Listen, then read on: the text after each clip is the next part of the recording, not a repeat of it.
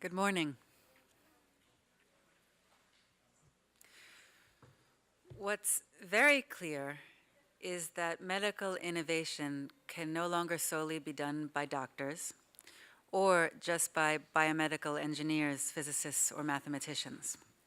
They must join forces to clearly define problems and to find the right technology, science, and computational intelligence to prepare solutions for physicians to evaluate and then incorporate into treatment protocols.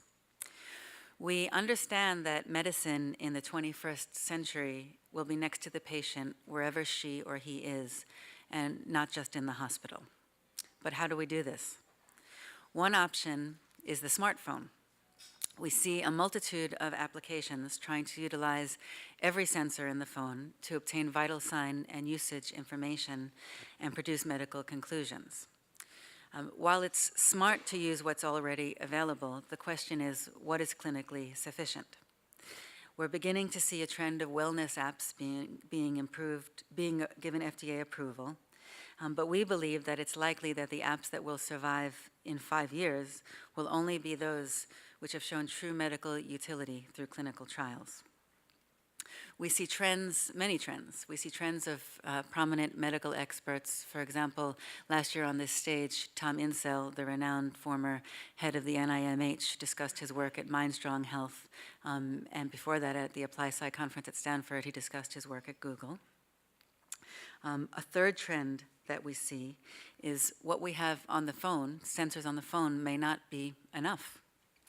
We need additional sensors. And one way is to extend the limits of existing sensors with well-known proven science behind them, miniaturizing them, and making them easy to use.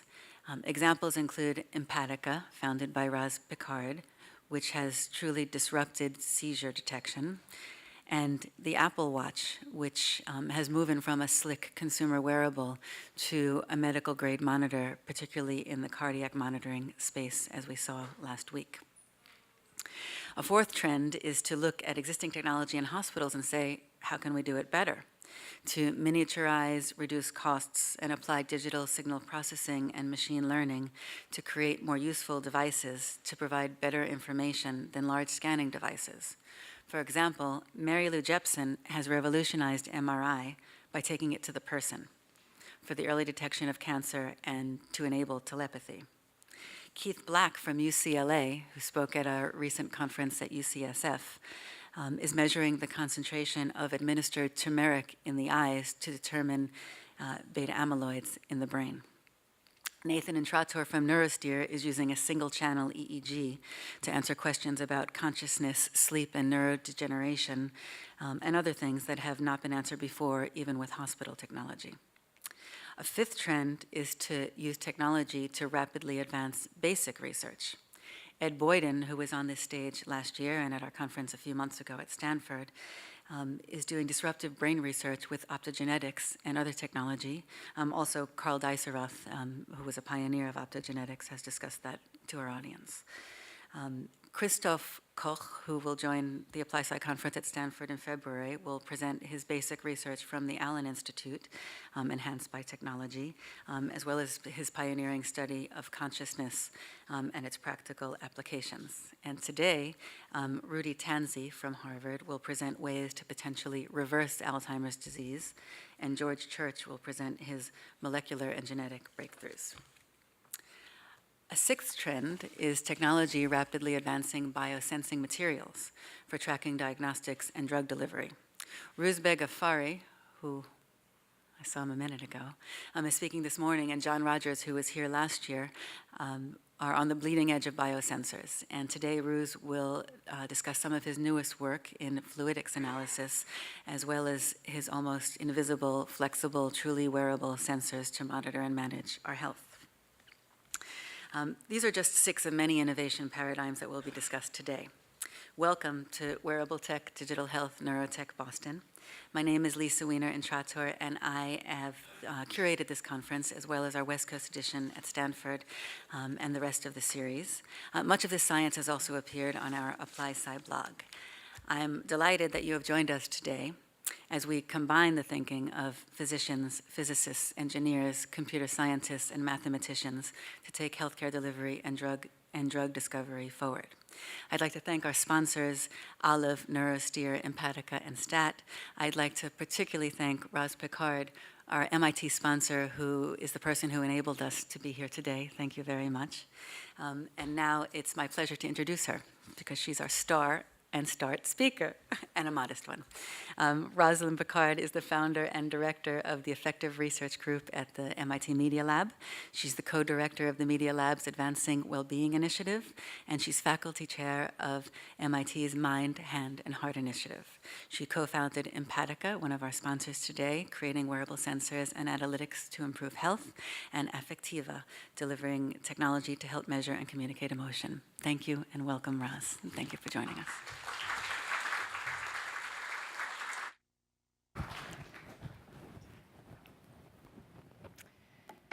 Thank you, Lisa. It's a real pleasure to be back here with all of you.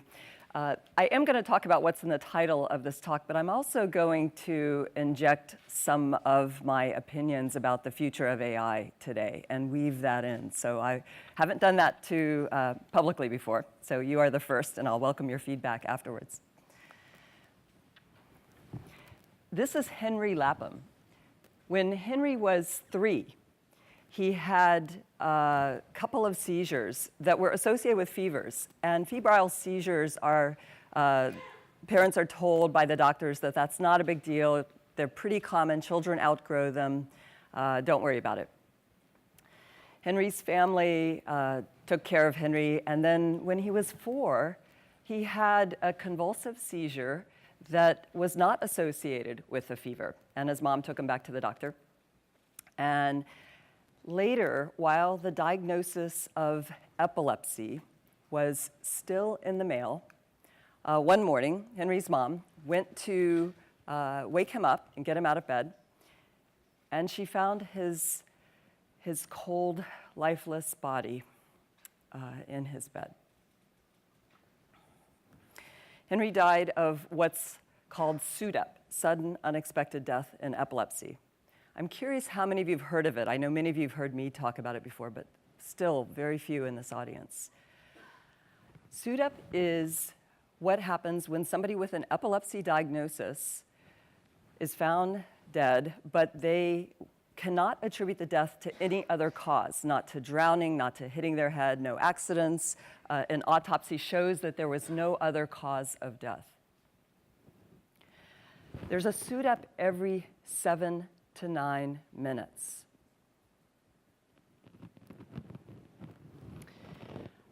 In the United States, where we're so advanced, there are still more SUDEPs every year than house fires taking people's lives.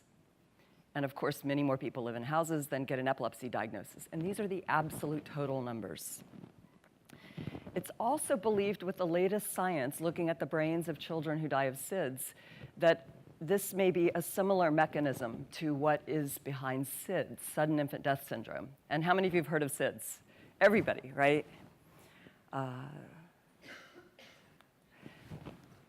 So what is this? Well, there's been a lot of advances in the science recently. For those of you who don't know, a seizure is unusual electrical activity in the brain when normal electrical activity becomes more like a little local brush fire.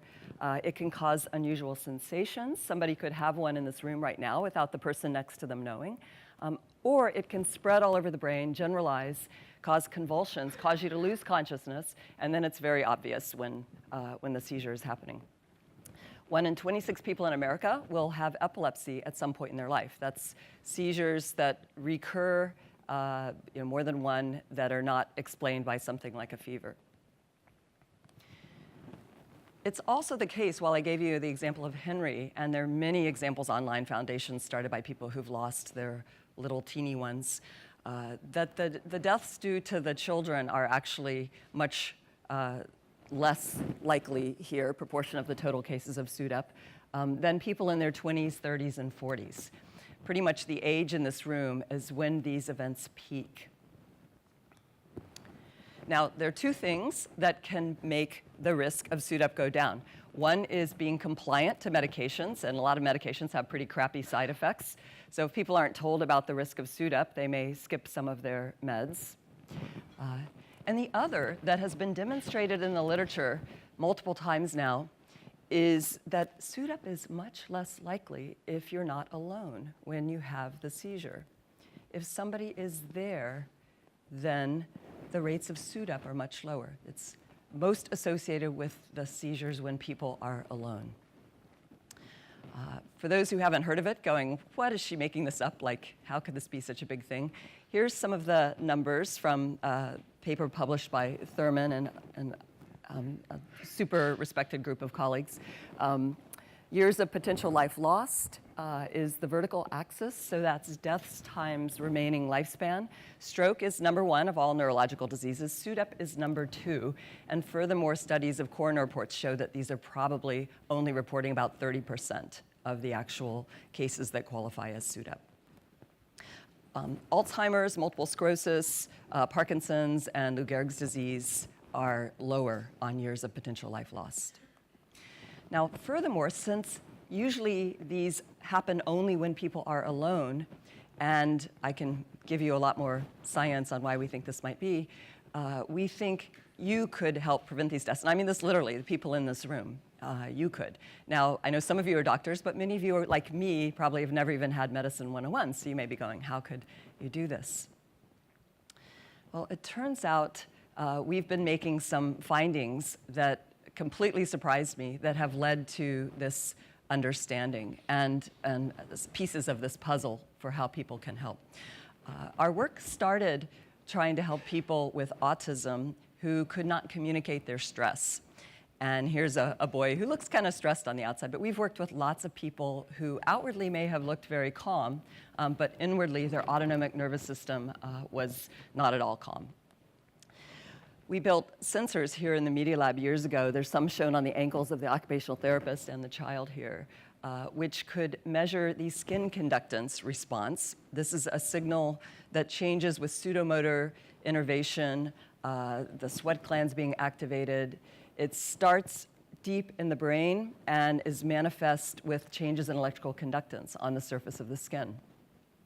When you get sweaty, it goes up, but also it can go up very sensitively, even when you're just experiencing cognitive load or excitement and many other emotional changes that we have been measuring in our lab and focusing on. And one day, one of our sensors here, Domo sweatband, that had embedded in it the ability to log this data 24/7, was being worn by a young boy with autism when he had a convulsive seizure. And in that case, and in subsequent trials with, that we did in a study with Children's Hospital Boston with more than 90 people, we found that each of the convulsive seizures was accompanied by a large rise in skin conductance. Here, the peak on the left was a generalized tonic-clonic seizure from a young man over at Children's Hospital Boston. The other little peaks on the right are usually the peaks that are the biggest during the day, and those occur during non-REM sleep. So we set about making lots more devices and getting them tested, doing lots of epilepsy testing, and learning that, in fact, we could more accurately detect generalized tonic-clonic seizures using this combination of skin conductance and movement than had been done previously before. Here's just an example of skin conductance on the wrist for 3 seizures labeled by experts. This is 24 hours of data. The little peaks in the middle here are sleep. Here's the accelerometer data. And you can see that if you just use accelerometer data, you run the risk of a lot of false alarms. But when you couple the two signals, it can improve the accuracy. Since I last spoke to you, there has been another very large study completed showing this, and also Empatica has not only commercialized this, but they just recently got FDA approval, clearance, for monitoring seizures in adults using Embrace, the watch shown here. So now there is an approved medical device for monitoring these most dangerous kinds of seizures, which it is now known that the mechanisms that can cause these, the unusual brain activity, can not only make you unconscious, But in the moments when it looks like the seizure has ended, and minutes later, when it looks like the person is just calm and relaxing, that may be the most dangerous period, when deep inside the brain, even though there's no movement outwardly, the seizure may be spreading to the amygdala and regions that can turn off your breathing. And that loss of respiration could be restored, in fact, if somebody comes there, stimulates you, and says your name, flips you over, and restarts your breathing. We've now seen this in action. We've gotten emails from people that increase my skin conductance, such as this one from a mom who was in the shower one morning. She saw her phone go off on the counter saying her daughter's embrace had detected a possible generalized tonic-clonic seizure, might need her help. She goes running out of the shower to check on her daughter, finds her face down in bed, blue and not breathing, flips her over, and her daughter takes a breath and another breath and turns pink again and was fine. We're now hearing lots of stories like this. When people get there in the moments afterwards, they can stimulate the person or provide other kinds of first aid and restart their breathing.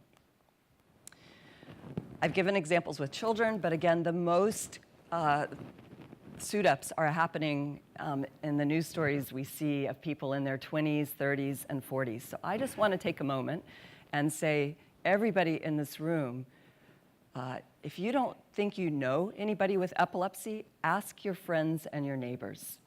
It is unfortunately so stigmatized that they probably haven't told you. And you may be next door in the dorm room, next door in the apartment, next door in your neighborhood to somebody who this could happen to.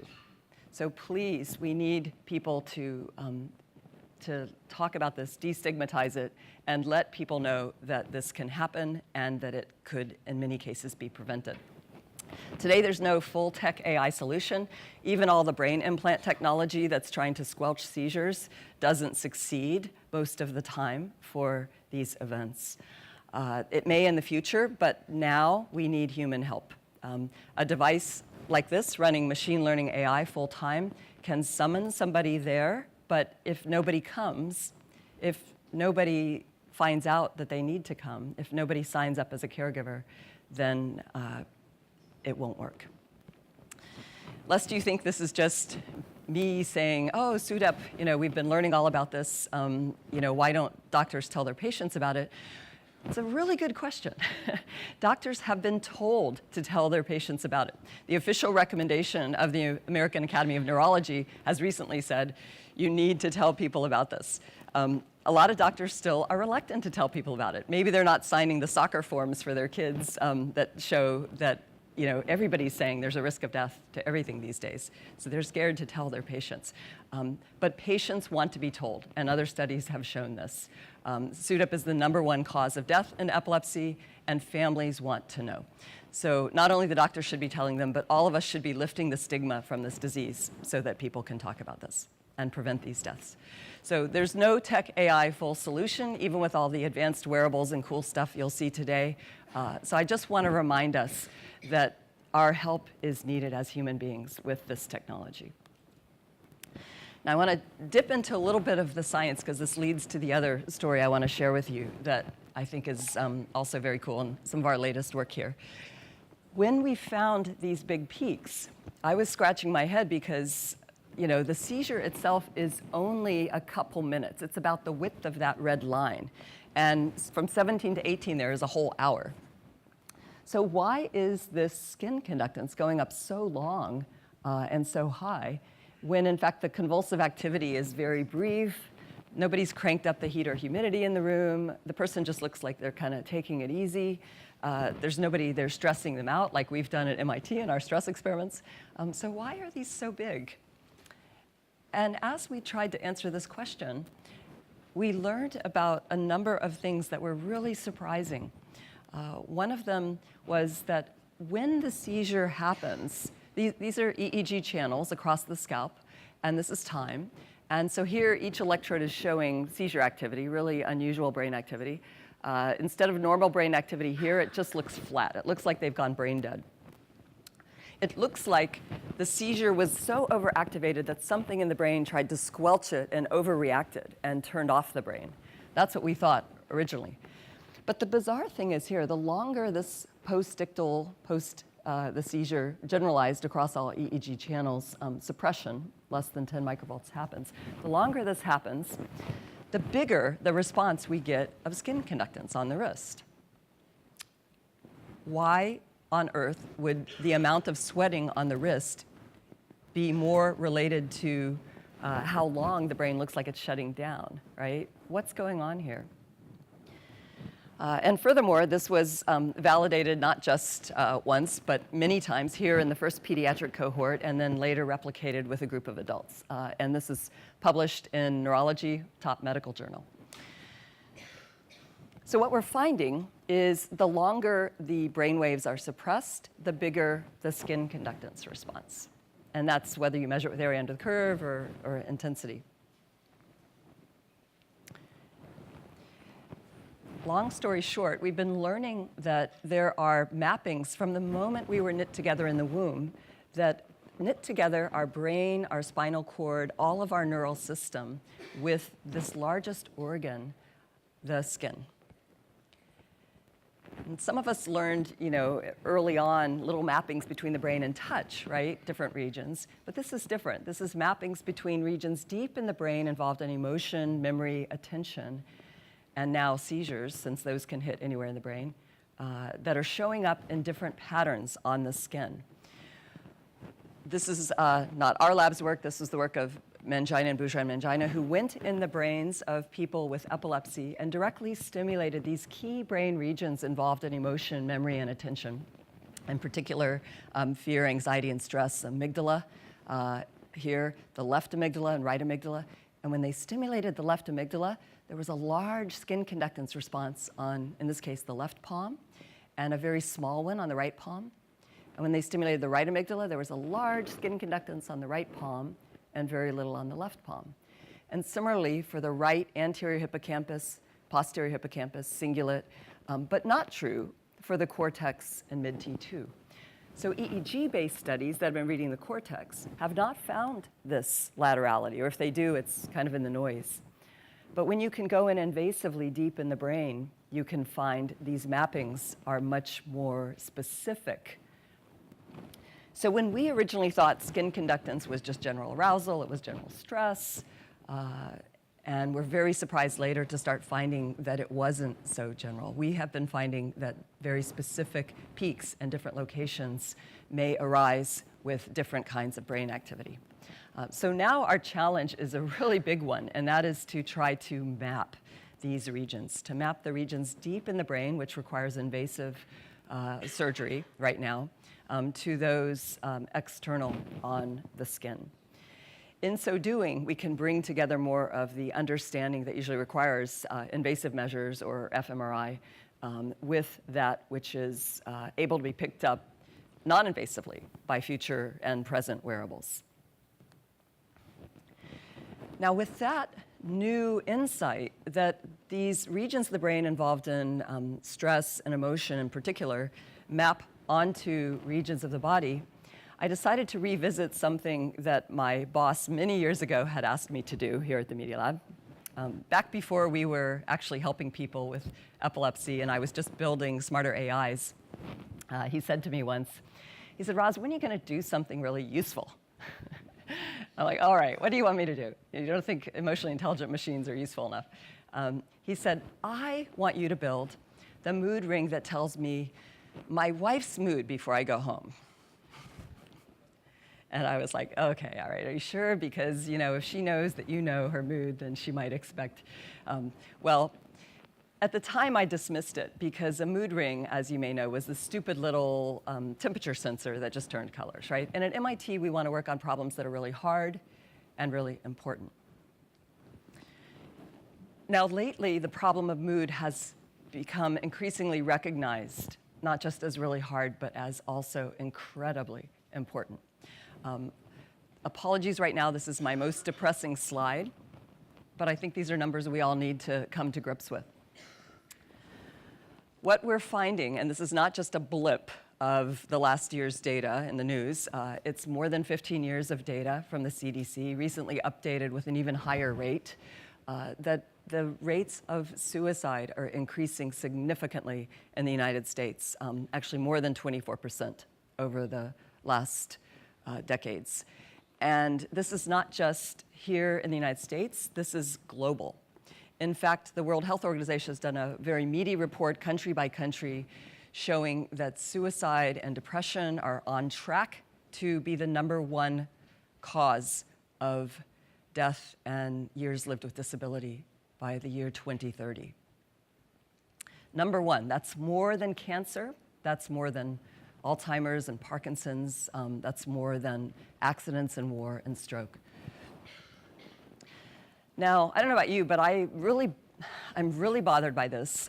It is a forecast, so I'm asking, why does it have to be this way? Could we not do something about this? And as we've been, in my role with Mind, Hand, Heart here at MIT, wrestling with how to do a better job to promote mental health on campus, I've been meeting with lots of CEOs who are also saying this is a huge problem in their companies. We have been learning that, not just MIT, but your company hires somebody, they're doing awesome. By the way, this is my only non-real data. This is a concept diagram here, because there are hundreds of things we measure that get rolled up here. Say that they're doing really well, this is time, they come in, hopefully it's a great match, they do even better.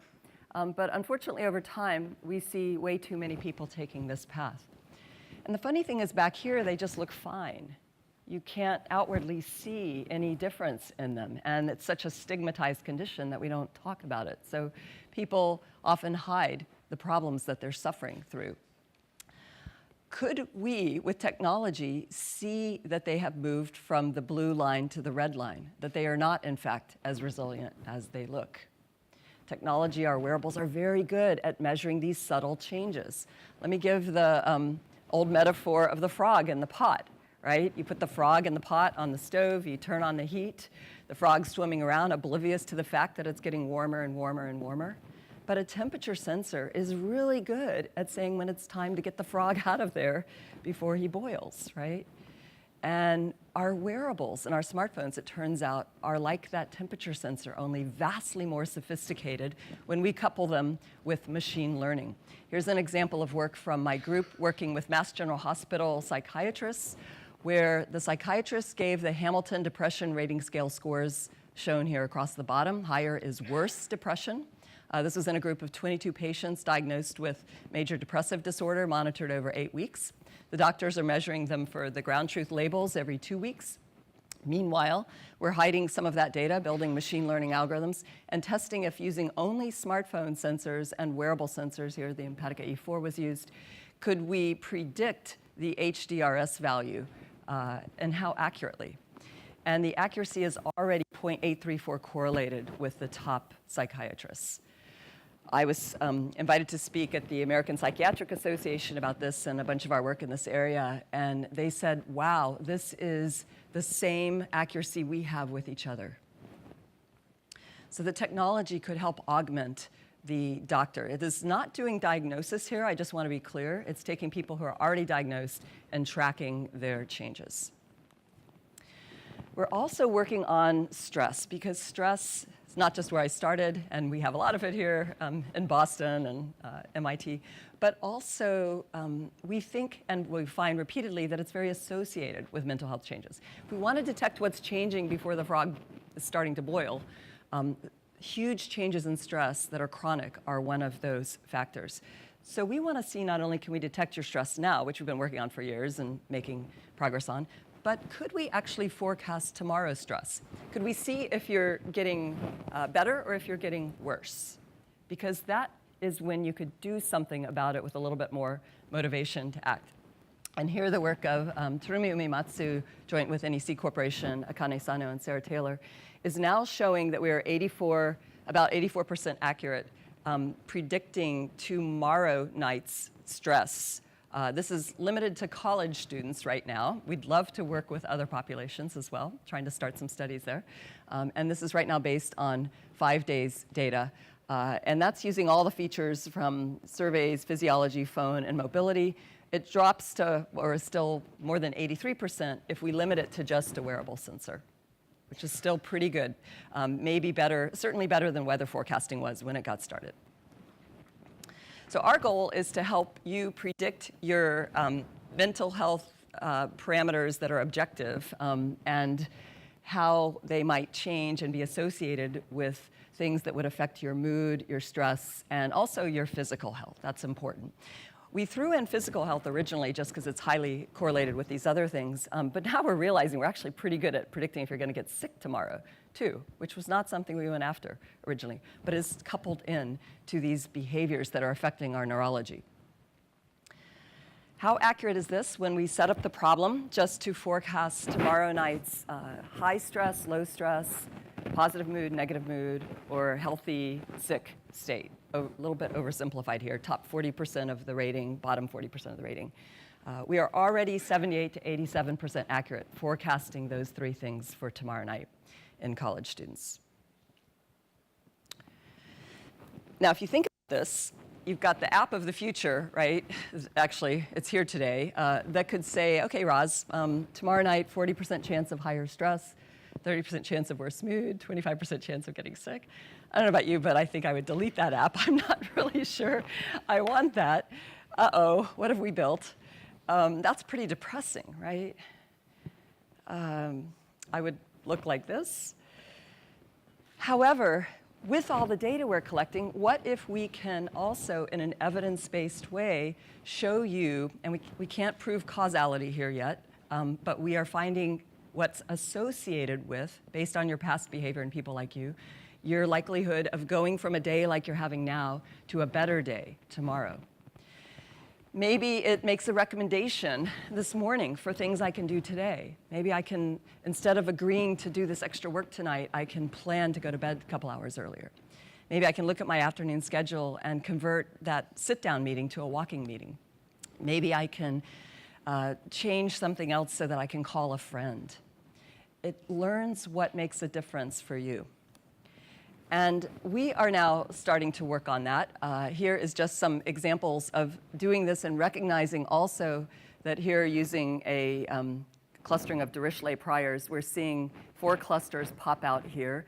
This is the problem of forecasting tomorrow night's happy, sad state. And we're seeing for this cluster of people, there's bright yellow, which means a really high feature weight on in-person interaction at night, positive social interaction before sleep for this group. And that the reverse of that, actually, no social interaction, is better for another group the next night. Now, it may be that they just didn't have any, but this is something where we see there are individual differences that are very important to take into account here. It's not enough to look for just a one-size-fits-all solution. That said, we are still looking, when you don't know somebody yet, when you haven't clustered them in, we're trying to learn what are the things that show up over and over as mattering in our data. And we are finding some things showing up repeatedly. On the far right here are the coefficients in a different method, a lasso regression, that are the most associated with stress. And on the far left, the ones most associated with calm. And here I've emphasized the ones that are showing up repeatedly, and you even saw them in the previous diagram, although they can depend on an individual situation, that positive social interaction is repeatedly associated with calm, and negative social interaction repeatedly associated with increasing stress. The only one to the right of that is one we've also been doing a lot of work on, and that is sleep irregularity. In our college students, the regularity of your sleep from day to day is showing up repeatedly as more associated with problems with mental health and higher stress than is the duration of your sleep. But I want to just emphasize this issue of interaction. This is not something technology can solve for us right now. And as we work to invent the future of AI, and we focus on super cool things we're building that go in our bodies and on our bodies and bring the most advanced machine learning to help us interpret that data, I want us to keep in mind 2 things here that we are finding from this objective data. We are finding that it really matters that people are there. It really matters that you reach out to your neighbor and find out if they might need help at a particular moment.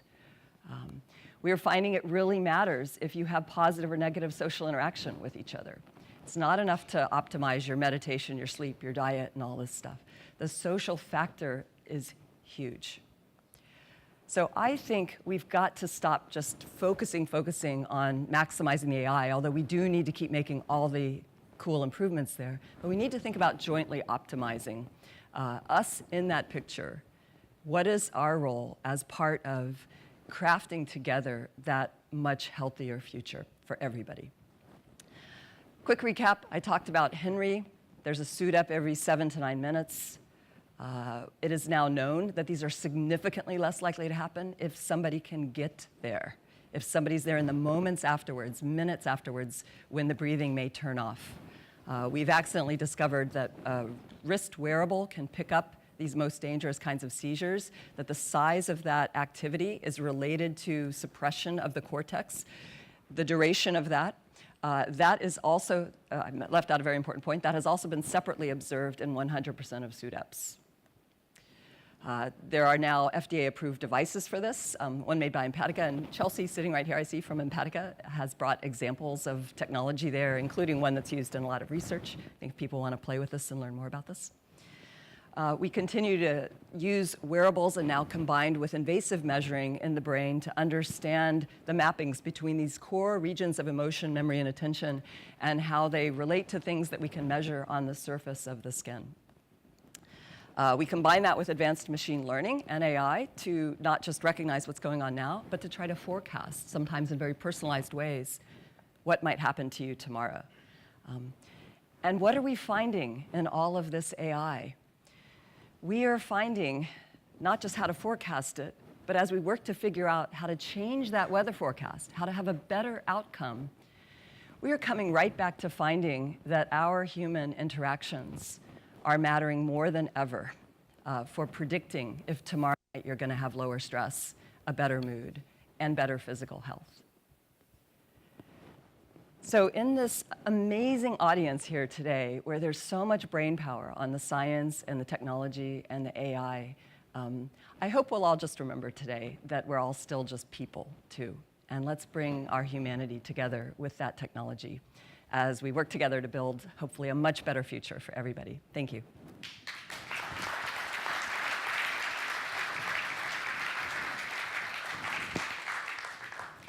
And you can find publications of everything I've talked about here. And I may have 1 minute for questions. Yeah, 2 minutes.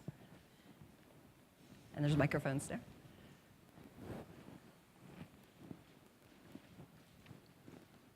Thank you, Roz, for a fantastic talk and bringing attention to the importance of SUDEP. I'm very curious if you've been able to detect the precursors of epileptic events. So you have seizure dogs that can tell a child that they're going to have a seizure within 3 or 4 days. And I'm curious how these devices can help detect those types of events. Thanks. Yes, we're very excited about the opportunity now. We are not only detecting events with our devices at Empatica, but we are FDA cleared also for the data that's continuously collected. And with that data now being continuously collected by huge numbers of patients, we have the opportunity to start to forecast. So we are working on that. Right now, however, compared to seizure dogs, if anybody knows of any studies that have actually shown that that works, I have been digging into that, and it's still kind of mostly hearsay as I go from the very cool stories to dig in to try to find the dog to actually run the studies with. I haven't actually turned up with really strong evidence yet. So I'm not saying it's not there. I'm just saying I haven't gotten it yet. Okay. If you could connect, if you could connect me, I'll keep trying. Because what we think is that it's probably the olfactory system, which is probably triggered by several of the things that we may have an opportunity to pick up. Yeah. So we're on the same page. We've been super interested in that. Yep. One more question, and then I'm going to be around most of the day and all the breaks. Yep. Hi, this is Syed Ali, Deep Learning AI. From what you said, I think you really need to get together with the architects to take care of the #1 factor in depression, to build better buildings and workspaces to have more social interactions. There's some here in the room. We are in the School of Architecture and Urban Studies, and we are working together. Thank you. You're quite right. We are all part of crafting this future solution. Everybody needs to be involved in preventing that forecast for 2030. All right, thank you.